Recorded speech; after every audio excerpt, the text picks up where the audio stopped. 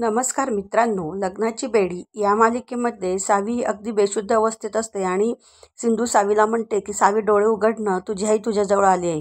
त्याच वेळेस त्या ठिकाणी राजेश्री येते आणि राजेश्री ही कृष्णाला म्हणते की ती माझी नात आहे आणि तू तिच्याजवळ फिरकायचं सुद्धा नाही. ती माझ्या सिंधू आणि राघवची मुलगी आहे. त्यामुळे तू या सावीजवळ तुझी सावलीसुद्धा पडता कामा नाही, असं ती सिंधूला सांगत असते. त्यानंतर सिंधू ही राघवजवळ येते आणि राघव म्हणतो की काय झालं आहे सिंधू, तुला तू इतकी टेन्शनमध्ये काय आहे. त्यावेळेस सिंधू म्हणते मी सावीला औषध देण्याकरता गेले, पण सावी अजूनही त्याच ग्लानीत आहे. माझी सावी अजूनसुद्धा कुठल्याच गोष्टीचा रिस्पॉन्स देत नाही आहे.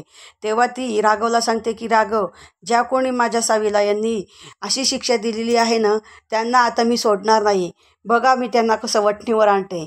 तर आता बघूयात की शकुंतला आणि मधू यांना सिंधू कुठल्या प्रकारे त्रास देणार हे पाहणे फार रंजक आहे.